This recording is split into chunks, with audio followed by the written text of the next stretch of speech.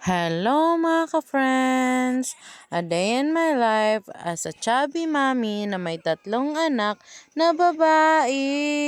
Hello sa inyo mga ka-friends!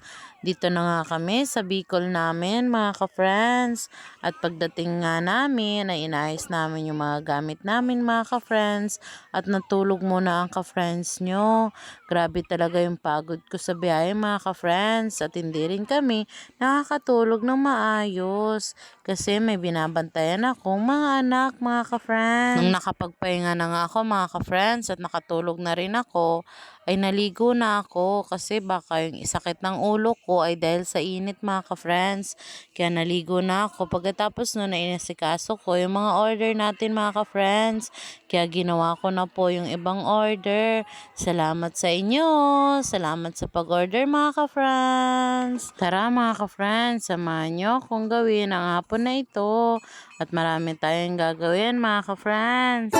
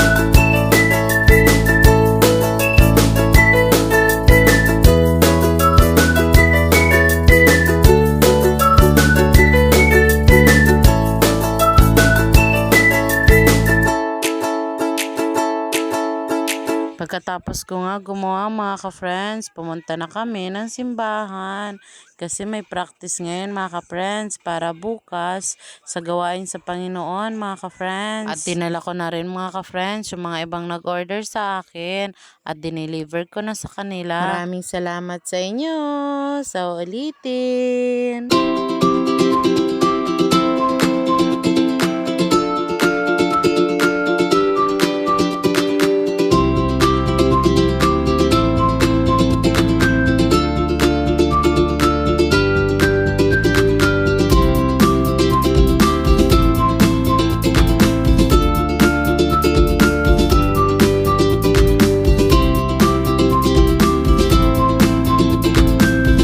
Shoutout pala sa babing alaga ko. Hello sa'yo, baby Ayla.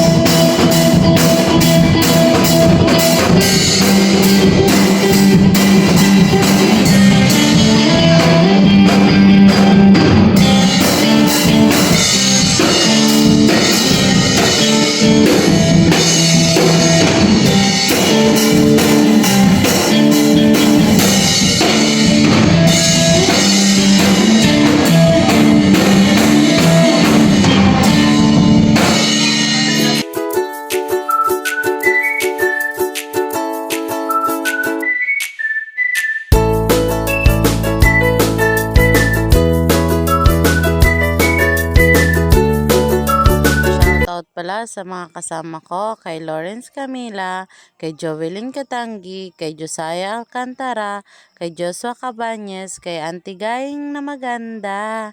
Hello sa inyo!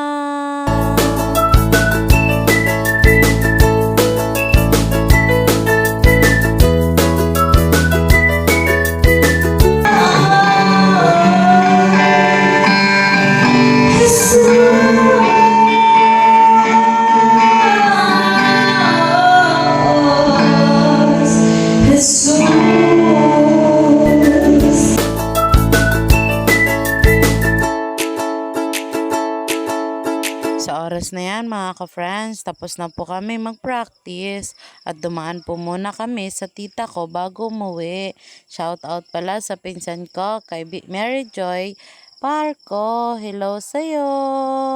At shout out din sa tita ko kay Mary Ann Parco at sa tito ko na kay Dennis Parco, hello sa inyo!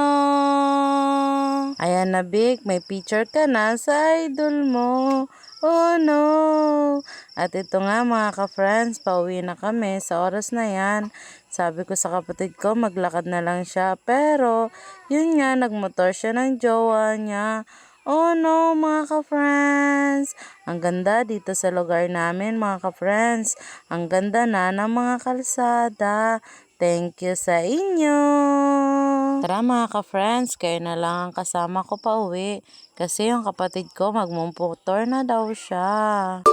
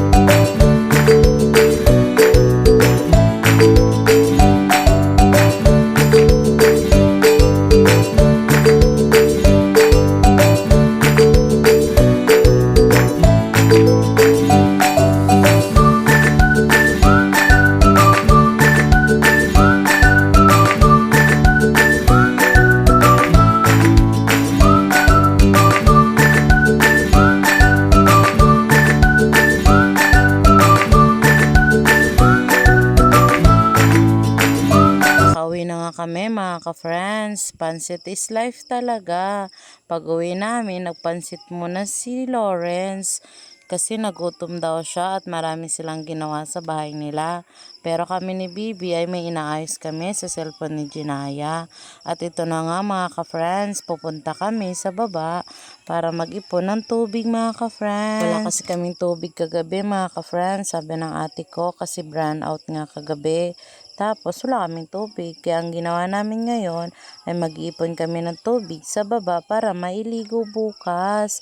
Sunday is tomorrow. Kaya magsimba kayo mga ka-friends.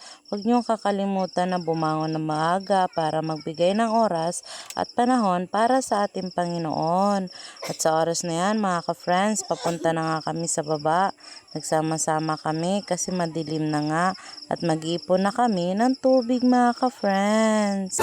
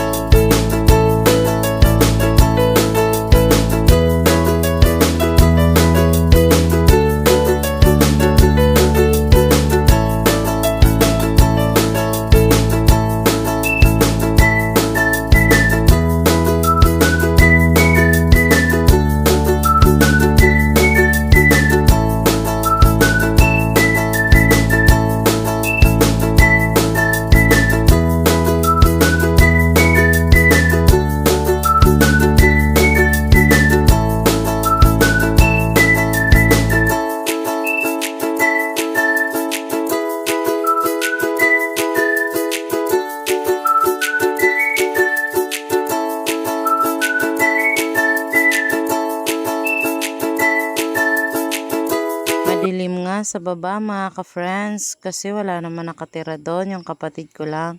Kaso wala sila doon ngayon, pumunta sila ng Dalugo. Kaya nag-ipon kami ng tubig at sa oras na to mga ka-friends, tapos na kami mag-ipon. Nagpauwi na kami nito mga ka-friends. At may nakuha nga kami mga ka-friends na nyog at langka sa bayan ng kapatid ko. Kinuha ko na para lutuin kinabukasan. Wala kasing tao sa baba mga ka-friends. Ito nga pala ang tanawin sa lugar namin paggabi. Ang liwaliwanag mga ka-friends dahil sa mga solar lights. Salamat pala sa inyo sa nagpalagay ng solar lights.